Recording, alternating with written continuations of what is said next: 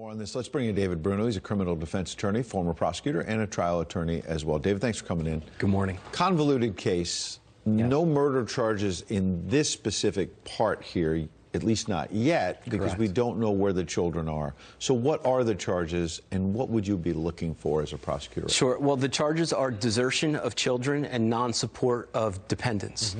And these two children, 7 years old and 14-year-old, have been missing since September. And in November, the police went on a welfare check to check for the 7-year-old who has special needs. And the mother, Valo, and also the new husband said, oh, the kids are with a family member in Arizona. Daybell is his name. Correct. The next day, they come back with a search warrant, and their two are gone. They did not say bye. They left, and they've been looking for them, and they found them in Hawaii.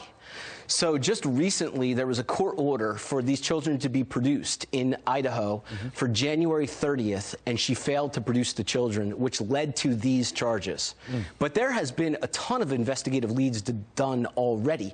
There's been a search warrant on the Idaho residence. There's been a search warrant in the Hawaii condo, as well as as well as the vehicle. So to me, why don't they know at this point, with all of the search warrants and all of the investigation done? It's troubling to me that police probably don't even know where these two children are. So what, as a prosecutor, what would you be looking for next? How would you find him after all of these searches and everything? Okay, well, right now, it's Lori Valo that's charged. She's arrested. She's in Hawaii. We're not going to learn much today because it's an extradition hearing, because she still has to be extradited to Idaho to face these charges. So we're not going to learn much. But are they trying to squeeze her, basically? I say squeeze the husband, the new husband. The new husband has nothing to do with these children. He's not the father of either of the two children. Fifth husband. He is the fifth husband. He's got his own problems because his wife died in October of last year. It was originally called natural, but they have recently exhumed the body because they're now concerned about the prior wife. And what happened to her fourth husband? Yeah, her fourth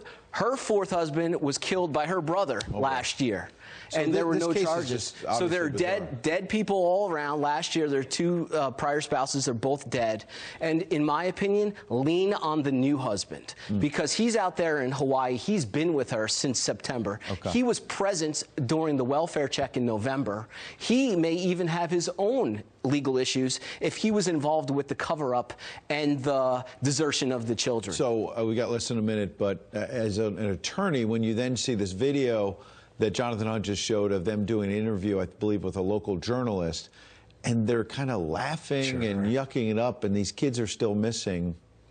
Yeah, troubling. I mean, there may be some psychiatric issues as well. We saw a pleading in a prior divorce case where Lori Valo's deceased husband alleged that she claimed to be reincarnated and being there to assist in the next coming and things like that. So there may be some serious psychological issues.